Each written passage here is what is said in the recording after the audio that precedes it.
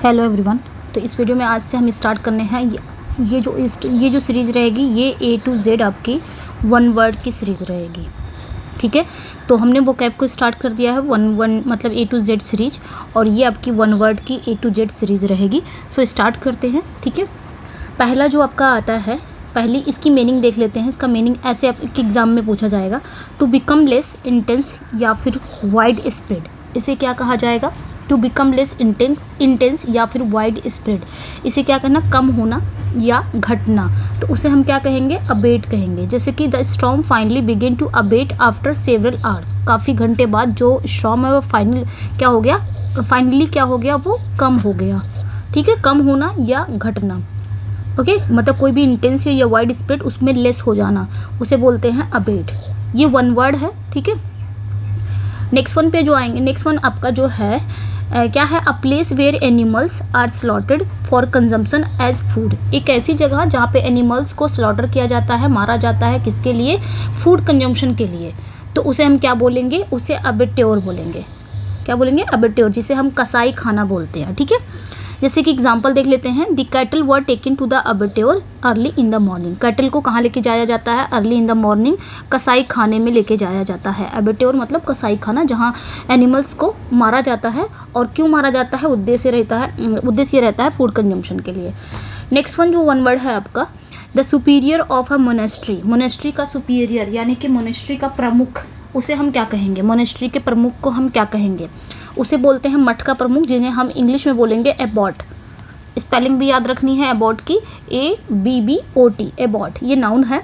जैसे कि एग्जांपल देख लेते हैं। The abbot led the monks in their daily prayers. ठीक है, तो जो एबॉट होते हैं, जो मठ के प्रमुख होते हैं, वही मॉन्क्स को क्या करते हैं? लीड करते हैं इन दियर डेली प्रेयर्स में। नेक्स्ट वन पे आएंगे। नेक्स्ट वन जो है, to reduce to a shorter from intended to stand for a whole. किसी बड़ी चीज़ को क्या कर देना? रिड्यूस कर देना, छोटा कर देना, उसे क्या बोलेंगे? एब्रीविएशन बोलेंगे, यानी कि संक्षिप्त रूप। क्या बोलेंगे? एब्रीविएशन। जैसे कि एग्जांपल देख लेते हैं। USA, जैसे हम यूनाइटेड स्टेट ऑफ अमेरिका ना बोल के हम क्या बोल दिए हैं? USA। इसको क्या कर दिए हैं? बहुत रिड्यूस कर दिए हैं, यानी कि संक्षिप्त कर दिए हैं। ये एक एब्रीविएशन फॉर्म हो जाता है for the United state of America. Next one पे आएंगे। नेक्स्ट वन जो है, यहाँ से देखेंगे। ठीक है, to give up once authority या थ्रोन। जो अपना अधिकार छोड़ दे या अपनी गद्दी को छोड़ दे, उसे हम क्या बोलेंगे? उसे बोलेंगे एब्डिकेट, यानी कि अपना पद छोड़ देना, अपना अधिकार छोड़ देना।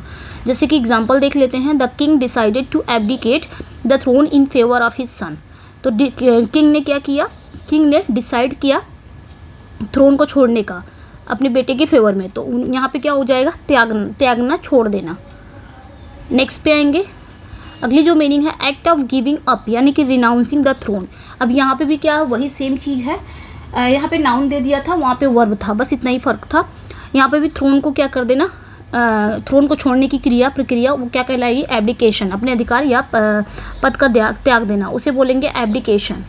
The abdication of the monarch supervised the entire nation, surprise the entire nation. यानी कि मोनार्क का जो एब्डिकेशन था वो पूरे नेशन को क्या कर दिया? सरप्राइज कर दिया। नेक्स्ट वन पे आएंगे एब्रेशन, यानी कि इसे क्या बोलेंगे? Deviation from the right course, यानी कि असमानता, उसे हम बोलते हैं एब्रेशन। जैसे कि the sudden cold weather was an abrasion in the usually warm climate. तो वो क्या है? असमानता है। ठीक है, इसे जैसे पूछा जाएगा deviation from the right course, तो इसे हम एब्रेशन बोलेंगे। यानी कि जो सडन कोल्ड वेदर है वो अचानक से क्या हो गई? असमान हो गई यूजली वार्म क्लाइमेट में। नेक्स्ट पे आएंगे एबुलेशन, यानी कि यहाँ पे the act of washing one self, यानी कि हाथ धोना या शरीर को धोना या साफ़ करना, उसे हम एबुलेशन बोलते हैं। ये नाउन है। Ritual ablution is performed before prayers. तो ये यहाँ पे एबुलेशन मतलब अपने आप को, जैसे हम कोई पूजा वूजा करने जाते हैं, पूजा पाठ करने जाते हैं या नमाज़ पढ़ने जाते हैं, तो उसके लिए हम क्या करते हैं? पहले अपने हाथ शरीर को धोते हैं या नहाते हैं, साफ़ करते हैं, तो उसे बोलेंगे एबुलेशन। तो यहाँ पे वही है, rituals ablution is performed before prayers. ठीक है, तो ये याद रखना है। नेक्स्ट वन पे जो आएंगे, टू रिफ्यूज़ या डिनाई वन सेल्फ। यहाँ पे क्या हो गया? टू रिफ्यूज़ या डिनाई वन सेल्फ, त्यागना, किसी चीज़ को रिफ्यूज़ करना, डिनाई करना, उसे क्या बोलेंगे? एबनिगेट। एबनिगेट मतलब होता है त्यागना। जैसे कि she decided to abnegate her personal desires for the sake of her family. उसने क्या किया? उसने अपने पर्सनल, जो उसकी पर्सनल डिज़ायर थी, उसने अपने पर्सनल डिज़ायर को त्याग दिया। किस लिए? अपनी फैमिली के खातिर। तो त्याग देना अपनी ही पर्सनल डिज़ायर को, वन सेल्फ, रिफ्यूज़ कर देना अपनी ही चीज़ों को, तो उसे बोलेंगे एबनिकेट। नेक्स्ट वन पे आएंगे, formally put an end to system, practice or institution. मतलब किसी नियम, कोई सिस्टम हो गया या कोई इंस्टीट्यूशन, नियम का अंत कर देना, एंड कर देना। कोई सिस्टम हो गया या कोई इंस्टीट्यूशन या कोई प्रैक्टिस, उसका क्या कर देना? अंत कर देना। उसे क्या बोलेंगे? एबोलिश बोलेंगे। एबोलिश यानी कि समाप्त कर देना, उसे बोलते हैं एबोलिश। तो राइट आंसर यहाँ पे, मतलब यहाँ पे वही चीज़ कह रहा है कि किसी रिवाज को, किसी रिवाज या स्थापित नियम को तोड़ देना, ख़त्म कर देना, अंत कर देना। जैसे कि slavery was abolished in the 19th century. जो स्लेवरी थी, जो दास मतलब दास, स्लेवरी मतलब दास, जो स्लेवरी थी वो 19th सेंचुरी में ही क्या हो गई थी? ख़त्म हो गई थी, इसका अंत हो गया था। ठीक है, नेक्स्ट पे आएंगे, exiting in a land from earliest times, या फिर बिफोर कॉलोनिस्ट अराइव्ड। यानी कि कॉलोनिस्ट अब पहुंचने से, मतलब कॉलोनिस्ट के पहुंचने से पहले, या फिर आप ये बोलो exiting in land from earliest times, यानी कि बहुत टाइम से कोई रह रहा हो वहाँ पे, उसे क्या बोलेंगे? एबोरिजिनल। क्या बोलेंगे? एबोरिजिनल। ये एडजेक्टिव है, यानी किसी देश के मूल निवासी होना। The aboriginal culture of Australia is rich and ancient. ठीक है, किसी देश का मूल निवासी होना। नेक्स्ट वन पे आएंगे, यहाँ पे भी वही चीज़ है, ये नाउन है। The original inhabitant native of country, जो अपने ही देश का ओरिजिनल इनहेबिटेंट है या अपने ही देश का मूल निवासी है, उसे हम क्या बोलेंगे? एबॉरिजिन्स। ठीक है, एबॉरिजिन्स, ये ध्यान रखना, अपने देश का मूल निवासी होना। The aborigines have lived in Australia for 1000 of years. Next पे आएंगे, नेक्स्ट वन क्या है कि to shorten a piece of writing without losing the sense. बिना सेंस के ख़त्म होते, मतलब बिना सेंस को, सेंस ना ख़त्म हो और राइटिंग को हम क्या करें? उसको शॉर्ट कर दें और उसका सेंस भी ना जाए, यानी कि उसका अर्थ पूरा के पूरा रहे, तो उसे हम क्या बोलेंगे? उसे बोलेंगे एब्रिज, यानी कि छोटा कर देना। जैसे कि editor decided to abridge the lengthy novel for a younger readers. तो एडिटर ने क्या किया है? यंगर्स रीडर के लिए जो लेंदी नॉवल को क्या कर दिए हैं? एब्रिज कर दिए हैं। एब्रिज करना मतलब उसके सेंस को ना खोना। ये एब्रिज आपका था वर्ब। अब यहाँ पे भी एब्रिजमेंट है, ये नाउन है। ये भी वही चीज़ बता रहा है कि संक्षिप्त संस्करण, a shortened version of a larger work, किसी लार्जर वर्क का एक शॉर्टेंड वर्जन, उसे हम एब्रिजमेंट कहेंगे। The abridgement of the textbook made easier to study, यानी कि किसी भी टेक्स्ट बुक का जो एब्रिजमेंट होता है वो पढ़ने में बहुत ईजी बनाता है।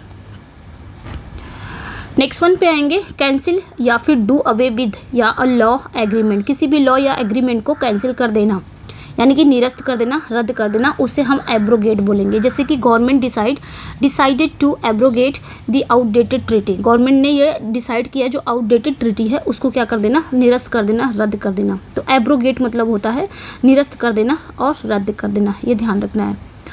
नेक्स्ट वन पे आएंगे, to go away suddenly and secretly to escape from somewhere. मतलब कहीं अचानक से भाग जाना या चुपके से कहीं छुप जाना, उसे क्या बोलेंगे? एब्सकॉन्ड। क्या बोलेंगे? एब्सकॉन्ड। एब्सकॉन्ड मतलब होता है फरार हो जाना। जैसे कि थीप क्या है? Absconded with the stolen jewels. वो क्या किए हैं? स्टोलन ज्वेल्स, गहने उन्हें चुरा के वो क्या हो गए? फरार हो गए हैं। एब्सकॉन्ड मतलब फरार होना, भाग जाना।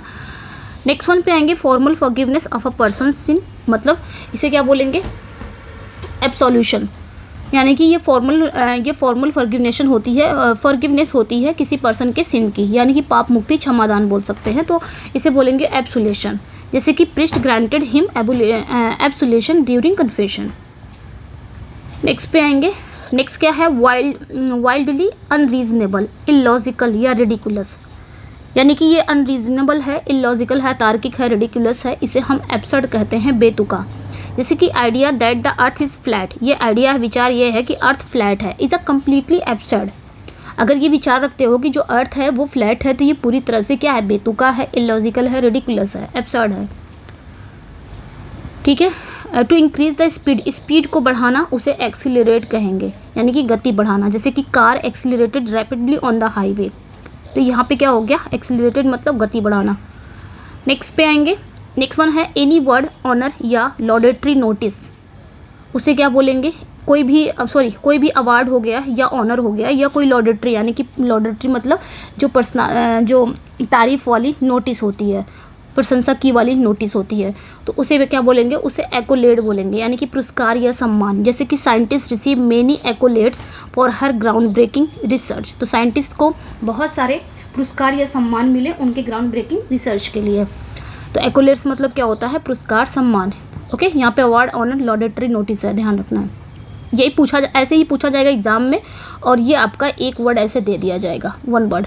थोड़ा मैंने उल्टा बना दिया है, लेकिन नेक्स्ट में इसको थोड़ा सा हम सही करके पढ़ेंगे, ठीक है। नेक्स्ट पे आएंगे। नेक्स्ट वन है, मीनिंग पहले देखते हैं। A person who helps another to commit a crime, यानी कि पार्टनर इन क्राइम। एक ऐसा व्यक्ति जो दूसरे व्यक्ति को क्राइम में हेल्प करता हो या फिर क्राइम में पार्टनर हो, उसे क्या बोलेंगे, अकम्प्लीस बोलेंगे, यानी कि सह अपराधी। पहले हम A to Z सीरीज है ये आपकी, और A to Z सीरीज है ये आपके वन वर्ड की, तो ए से पहले जितना भी हो जा रहा है वो हम करने वाले हैं, ठीक है। तो अ पर्सन हु हेल्प, तो यहाँ पे क्या हो जाएगा, अकम्प्लीस। अकम्प्लीस मतलब सह अपराधी जो क्राइम में साथ देता हो, जैसे कि thief and his accomplice were caught by the police. Thief और उसके जो सह अपराधी हैं वो पुलिस द्वारा पकड़े गए। नेक्स्ट वन पे आएंगे, be harmonious or consistent with, यानी कि किसी के अनुरूप होना। जैसे कि his action did not accord with his words, उसके जो एक्शन है ना उसके शब्दों में मेल नहीं खाते हैं, अनुरूप नहीं है। तो अकॉर्ड मतलब क्या होता है, अनुरूप होना। बी हारमोनियस या कंसिस्टेंट विद, ठीक है। नेक्स्ट पे आएंगे। नेक्स्ट वन है, a person whose profession is to keep accounts, यानी कि एक पर्सन जिसका प्रोफेशन ही होता है अकाउंट्स को देखना उखना, यानी कि मुनीम का काम करना, लेखापाल। तो the accountant prepared the financial statement for the company, जो अकाउंटेंट है उन्होंने फाइनेंशियल स्टेटमेंट, कंपनी के लिए फाइनेंशियल स्टेटमेंट को क्या किया है, प्रिपेयर किया। तो अकाउंटेंट कौन होता है, जो जिसका पेशा ही होता है अकाउंट्स को देखना, तो क्या बोलेंगे, अकाउंटेंट बोलेंगे, ये नाउन है, ध्यान रखना है। नेक्स्ट पे आएंगे। नेक्स्ट वन क्या है, sharp, bitter and harsh in temper और लैंग्वेज।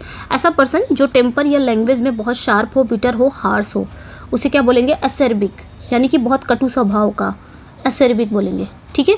जैसे कि एग्जांपल देख लेते हैं, his acerbic comments hurt many people's feeling, उसके जो एसेर्बिक कमेंट्स हैं, उसके जो कटु स्वभाव है, शार्प कमेंट है, वो बहुत सारे हृदय को, बहुत सारी फीलिंग्स को क्या कर रहा है, हर्ट कर रहा है, बहुत सारे लोगों की फीलिंग्स को हर्ट कर रहा है।